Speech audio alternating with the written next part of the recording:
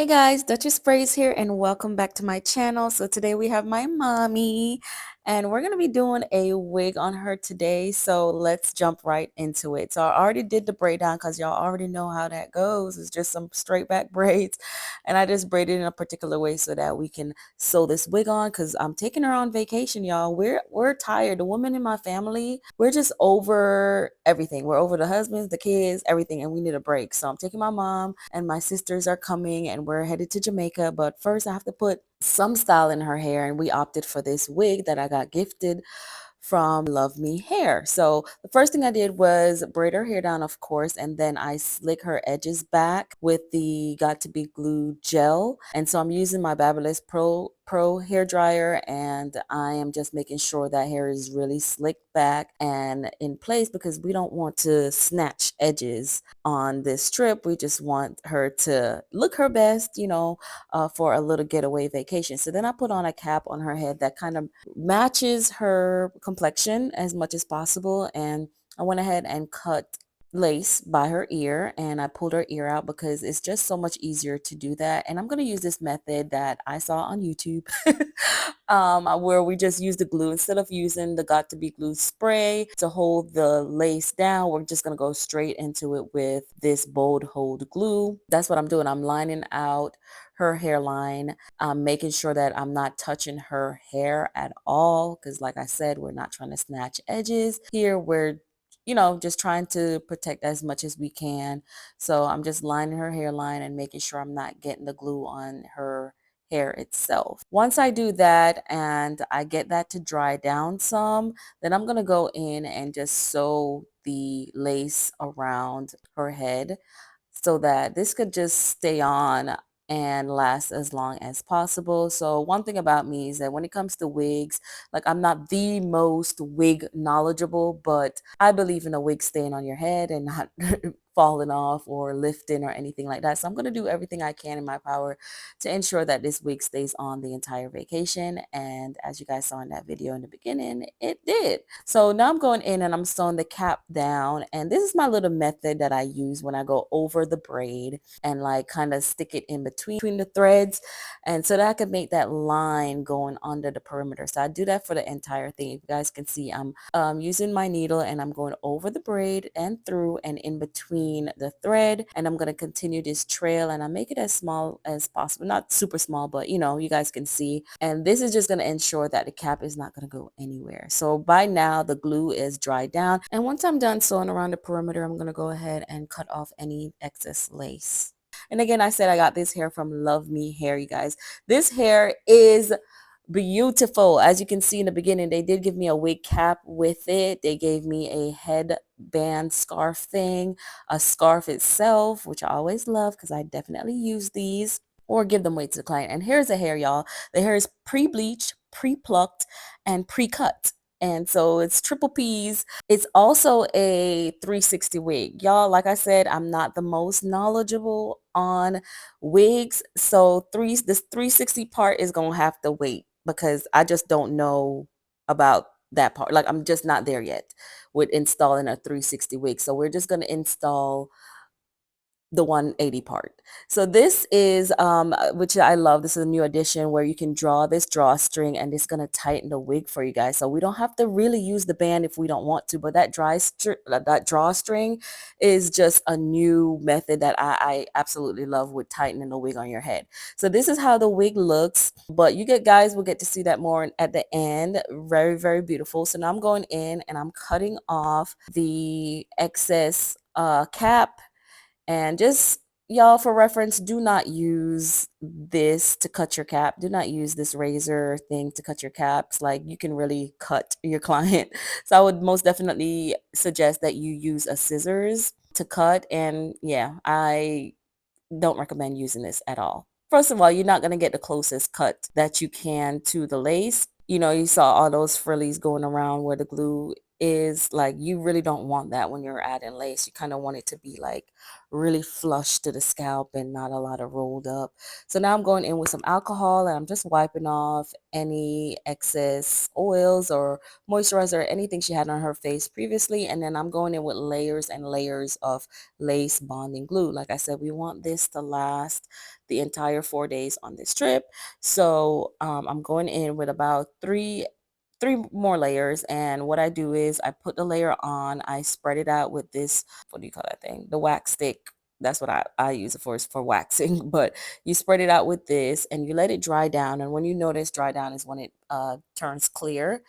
And so I then, once it turns clear, I put on another layer and another layer. And that's how I'm able to, get the hair to stick for a long time. So I'm trying to speed up the process of it drying down by using my blow dryer to just speed it up. So now I'm sliding the wig on her head. And this wig is great because, like I said, it's pre-cut, pre-everything. So I just got to kind of form it to her head. I'm going to pull out the sideburns there, ask her to hold it. Then I'm going to go in with the rat tail part of my comb and I'm going to just adjust it to her hairline and kind of adhere the wig to the glue and just make sure that it's secure. And yeah, like I said, it's an install that I'm pretty sure you guys have seen all over, but this is how I install it. So now I'm just going through the hairline and just making sure I'm adhering everything possible to the glue that I already placed on there. So I'm pulling some edges out, I guess, to eventually, I'm not going to cut any of the edges because we're not going to do the baby hair thing. We honestly just kind of just want the hairline to look natural, to just kind of flow, and you guys will see this in the end, how it's done. But that's just me going through and pressing down the wig to the glue to make sure that it adheres and is secure.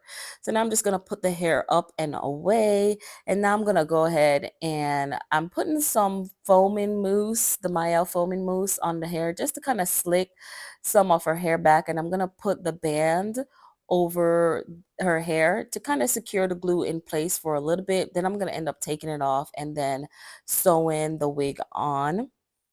So here I'm just trying to slick some of the hair back and out the way so that I can put the band on her head so that I can secure it to her head even more. So I've done that. Now I'm going in with the drawstrings to ensure that I get the wig all snatched up and tight and secure to her head. She has a really small head, so I just feel like this is such a great feature. And what I'm cutting here is the size. I'm making sure to not cut the band or the white drawstring thing itself. I'm just cutting around it so that I can pull the wig behind her ears, because don't nobody want their ears covered up with a wig. So that's what I'm doing. Then I cut off a little excess string from the drawstring, not too close to the little holder, but close enough. So now I'm going in, I'm going to secure the wig to her head. Like I said, I don't want her wig being snatched off or falling off or anything like that.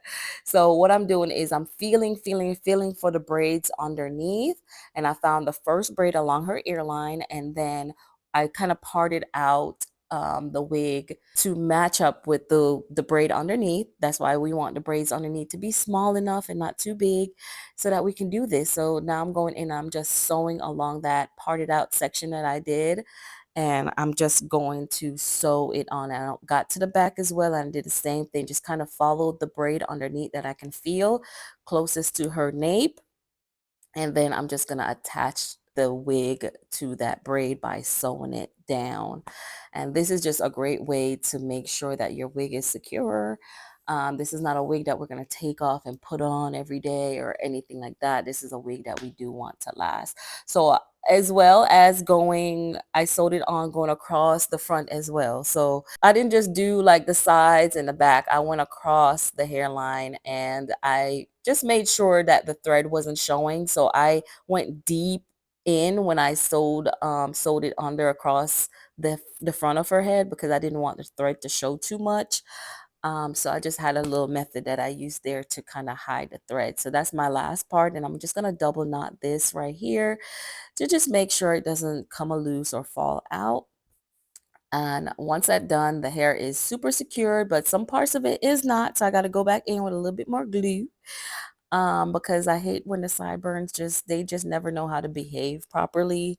And I'm always struggling with this part. Again, I'm not the most efficient wig installer.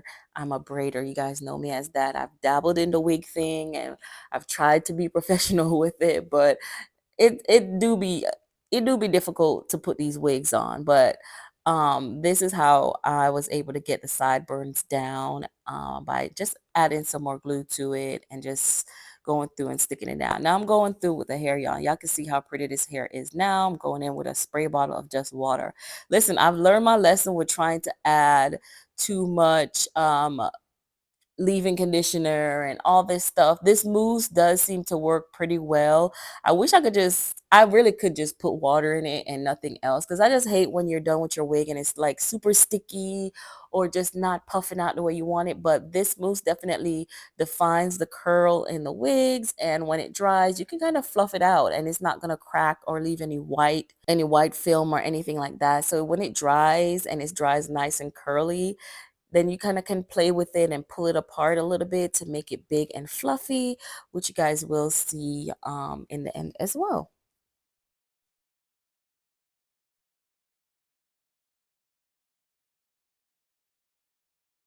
All right, I think I'm having too much fun combing this wig out. So now I'm going to go back to the front because, like I said, we're not doing the baby hair thing. So I'm going along her hairline, and just spraying the got to be glued spray down, and we're gonna tie the headband down again. And I literally sent her home with a headband tied like this because, y'all, I wanted it to not lift at all, so she had to sleep overnight with the headband just like this on her head.